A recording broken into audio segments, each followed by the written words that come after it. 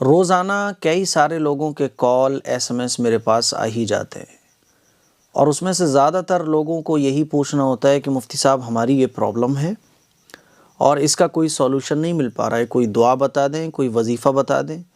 ज़्यादातर मैं लोगों को यही कहता हूँ कि अल्लाह ताला से दुआ करो। तो फिर पलट के मुझसे ये पूछा जाता है कि दुआ तो हम कर रहे हैं, हमने तो न जाने कितने वजीफ़े कर लिए, न जाने कितने अमल कर लिए, ये भी वजीफ़ा कर लिया, ये भी दुआ पढ़ ली, तहज्जुद भी पढ़ ली, लेकिन कुछ हल नज़र नहीं आया, अब क्या करें। तो मैं उनको कहता हूँ कि अब आपको सब्र करना चाहिए, अल्लाह के फ़ैसलों पर राज़ी रहना चाहिए। जब किसी प्रॉब्लम का कोई सॉल्यूशन नज़र ना आ रहा हो, हर कोशिश हमारी नाकाम हो चुकी हो, तो फिर हमें अल्लाह के फ़ैसलों पर राज़ी रहना चाहिए। अल्लाह के फ़ैसलों पर राज़ी रहना सीख लेना चाहिए। ज़िंदगी इन्हीं चीज़ों का नाम है। दिक्कत ये है कि हम और आप अपनी इस लाइफ को जन्नत बनाना चाहते हैं, जो कि इम्पॉसिबल है। ये ज़िंदगी हमारी जन्नत नहीं बन सकती, प्रॉब्लम रहेंगी। आप ये सोचो कि प्रॉब्लम्स से फ्री ज़िंदगी आपकी हो जाए, इम्पॉसिबल। ये ज़िंदगी है, ज़िंदगी इन्हीं चीज़ों का नाम है। बीमारियाँ, सेहत, प्रॉब्लम, सॉल्यूशन। कभी ये परेशानी ठीक हुई तो दूसरी परेशानी लग गई। ये सारी चीज़ें साथ चलेंगी, इन सारी चीज़ों को हमें फेस करना है। ज़िंदगी इन्हीं चीज़ों का नाम है। बच्चा बीमार हो गया, अभी पहला वाला ठीक हुआ, दूसरा वाला बीमार हो गया।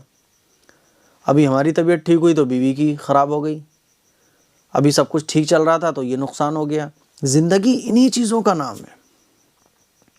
जब अल्लाह की तरफ से कोई नेमत आए तो शुक्र कर लो, जब कोई आजमाइश आए तो सब्र कर लो और अल्लाह से मांगते रहो। मांगने के बाद भी कोई प्रॉब्लम सॉल्व नहीं हो रही है तो फिर कहीं इधर उधर भागने की ज़रूरत नहीं है। जैसे कि लोग फिर गलत ट्रैक पर चले जाते हैं, अल्लाह से मांगते मांगते गलत ट्रैक पे चले गए। ये ज़िंदगी है, यहाँ तो ये सब कुछ होगा। कभी बच्चों के रिश्ते नहीं होंगे, कभी जो है तबीयत ही ठीक नहीं होगी, दवा कराओ, आप सब कुछ कर लो, अल्लाह से मांग भी रहे हो लेकिन हो ही नहीं रहा, उसका सॉल्यूशन कुछ नज़र नहीं आ रहा।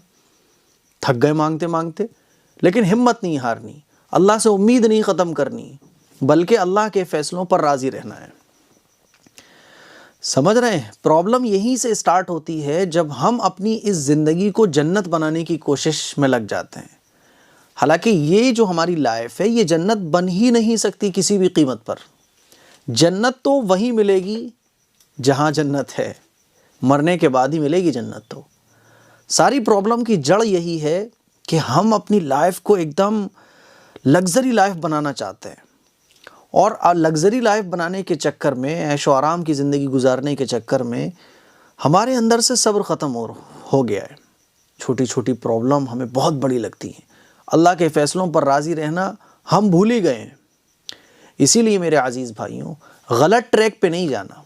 कोई अगर प्रॉब्लम है तो अल्लाह से दुआ करो, दुआ से बढ़कर कोई चीज़ नहीं है, कुरान से बढ़कर कोई चीज़ नहीं है, नमाज से बढ़कर कोई चीज़ नहीं है। अब सारी चीज़ें करने के बाद भी वो चीज़ सॉल्व नहीं हो रही है तो कोई बात नहीं है, अल्लाह के फ़ैसलों पर राज़ी रहना है। इसी के बारे में तो हदीस शरीफ में आता है कि रज़ीतु बिल्लाहि रब्बन व बिल इस्लाम दीना, है ना। मैंने अल्लाह को रब मान लिया, मैं इस बात पर राज़ी हूँ, मैंने दीन इस्लाम को एक्सेप्ट कर लिया और रसूलुल्लाह सल्लल्लाहु अलैहि वसल्लम को मैंने आखिरी पैगंबर मान लिया और मैं इन तमाम बातों से राज़ी हूँ, खुश हूँ। और हुजूर ने हमें ये तालीम दी कि देखो अल्लाह के फ़ैसलों पर राज़ी रहना है, तकदीर पर ईमान लाना। अगर कोई तकदीर पर ईमान नहीं लाता है तो वो मुसलमान नहीं होगा।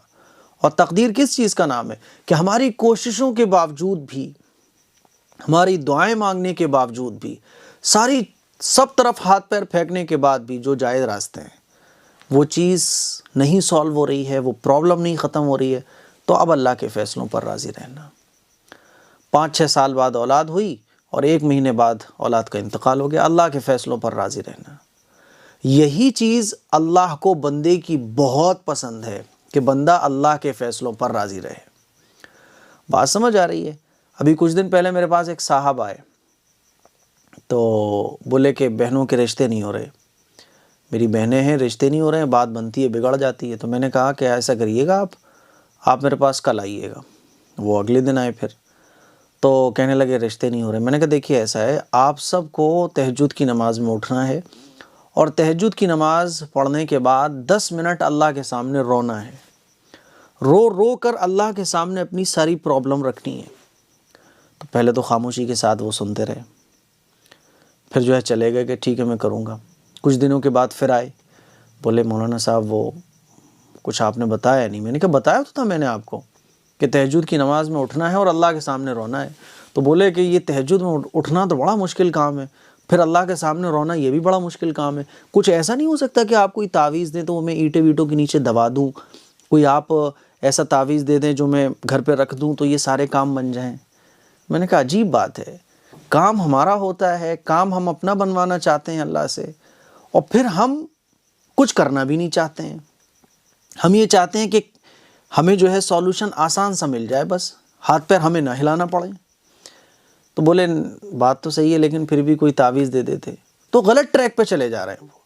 मैंने मना किया, नहीं मैं तावीज़ वगैरह नहीं देता, मैं तो तहज्जुद ही बताता हूँ। तहज्जुद की नमाज़ में उठिए, आप अल्लाह से मांगिए, अब अल्लाह बेहतर जाने वो कहाँ गए होंगे। तो होता क्या है कि एक तो ये है कि किसी चीज़ का सॉल्यूशन नहीं मिल रहा तो अल्लाह से मांगिए, आप अल्लाह के सामने रोइए, अल्लाह ही तो है काम बनाने वाला। लेकिन हम वो जो तरीक़ा हमें इख्तियार करना चाहिए वो छोड़कर हम गलत ट्रैक पे चले जाते हैं। अभी कुछ दिन पहले एक नौजवान मेरे पास आया और कहने लगा कि मेरी एक बहन है और वो जो है ना कुछ गलत कामों में पड़ गई है, जहाँ हम उसकी शादी कराना चाहते हैं वहाँ वो करना नहीं चाहती, और जहाँ वो करना चाहती है वहाँ हम कराना नहीं चाहते। तो मैंने वजह पूछी उसकी, तो उसने वजह बताई, और जो उसने वजह बताई वो बिल्कुल सही थी। तो मैंने कहा अपनी बहन को समझाओ, अपनी बहन को ये सारी बातें आप समझाओ। बोले वो नहीं समझती है। मैंने कहा समझाना तो पड़ेगा, बगैर समझाए हुए काम नहीं चल सकता, समझाना पड़ेगा आपको। तो वो नौजवान कहने लगा कि अच्छा मुफ्ती साहब कुछ ऐसा नहीं हो सकता कि कोई तावीज़ वगैरह आप दे दें। तो मैंने कहा मेरे भाई तावीज़ वगैरह का ये काम नहीं है, ये तो आपको समझाना पड़ेगा उसको, आपको ये यकीन दिलाना पड़ेगा कि वो लड़का तुम्हारे लिए ठीक नहीं है, वो लड़का तुम्हारे लिए सूटेबल नहीं है, ये आपको उसे समझाना पड़ेगा और अल्लाह से दुआ करनी पड़ेगी आपको। तो बोला मुफ्ती साहब वो तो बात सही है, लेकिन जैसे आप कुछ दे देते कोई तावीज़ वगैरह। मैंने कहा अल्लाह के बंदे यही तो मैं तुम्हें समझा रहा हूँ कि ये काम तावीज़ों से नहीं होगा। कोई बच्चा हमारे घर का गलत रास्ते पे जा रहा है या वो गलत रास्ते पे चला गया तो उसका सॉल्यूशन क्या है कि आप उसको समझाओ कि बेटा ये गलत रास्ता है और अल्लाह से दुआ मांगो। मैंने कहा अभी मैं आपसे बोलूँ कि लाओ निकालो 5,000 10,000 तो आप तो खर्च कर दोगे, लेकिन ये गलत बात है, ये गलत रास्ता है, ये इस चीज़ का सॉल्यूशन ही नहीं है। तो बोला मुफ्ती साहब नहीं मेरे पास पैसे हैं, अल्हम्दुलिल्लाह अल्लाह का शुक्र है, मैं आपको 10,000 15,000 जो भी इसमें खर्चा बैठेगा दे सकता हूँ। तो मैंने कहा मेरे प्यारे यही चीज़ तो मैं आपको समझा रहा हूँ, 15-20 मिनट से मैं तुम्हें समझा रहा हूँ ये सारी बातें। मैं अगर चाहता तो मेरे पास कागज़ भी है, मेरे पास पेन भी है, मैं ये पेन उठाता और तुमसे कहता हाँ भैया देखो 10,000 रुपये का ख़र्चा आएगा, और 5 मिनट के अंदर तुम 10,000 रुपये खर्च करने के भी लिए तैयार हो जाते और मुझे 10,000 रुपये दे देते, तावीज़ लेके खुशी खुशी घर जाते। लेकिन मैं आपको 15 मिनट से बता रहा हूँ कि अल्लाह से दुआ करनी है और उस अपनी बहन को सही से समझाना है आपको कि बेटा ये गलत ट्रैक है।